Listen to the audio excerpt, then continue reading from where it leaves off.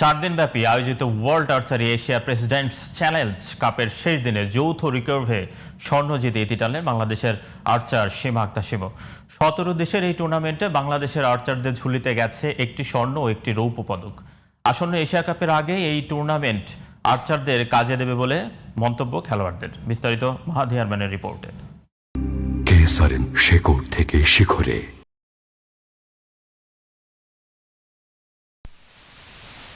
তীর ছুটতে হবে কাঙ্ক্ষিত লক্ষ্যে, তাতেই পয়েন্ট 10। টঙ্গীর আর্চারি মাঠ যেন বহু দেশ বা বহু জাতির এক মিলন মেলা, যেখানে প্রতিযোগিতার বাইরে 26 দেশের সম্পর্ক স্থাপনই মূল লক্ষ্য। রিকার্ড মিক্সড ইভেন্টে নিজের দেশ নয়, পার্টনার হিসেবে থাকবে ভিন্ন কোনো দেশের player.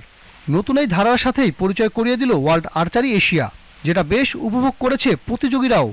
My expectation was that I'm not gonna do my best since I'm not in the best condition, but alhamdulillah I gave good results. যদিও টুর্নামেন্টের খাতায় বাংলাদেশের অর্জনে এগিয়ে শিমু আক্তার।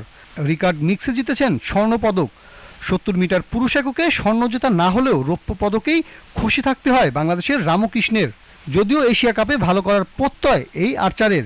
যে ছোটোখাটো ভুলগুলি হয়েছে এই গেমে, তো প্র্যাকটিসের মাধ্যমে চেষ্টা করব এগুলি ওভারকাম করার জন্য।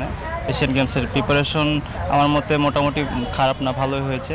সামনে এশিয়ান গেমস, সেখানেও তীর ধনুক হাতে লড়বে বাংলাদেশের আর্চাররা।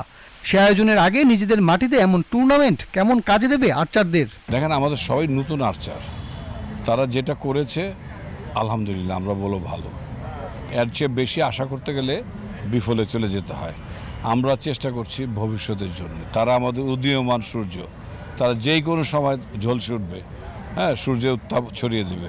ইনশাআল্লাহ ভালো রেজাল্ট করব, এর চেয়ে ভালো রেজাল্ট করব। শুধু প্রতিযোগিতাই নয়, প্রেসিডেন্ট চ্যালেঞ্জ কাপে ছিল প্রশিক্ষণ কর্মশালাও, যেখানে ডোপিং বিরোধী নীতিমালা সহ নতুন দিনের আর্চারদের গড়ে তোলাই ছিল আয়োজকদের মূল লক্ষ্য। মাহাদি আরমান, জিটিভি নিউজ, ঢাকা।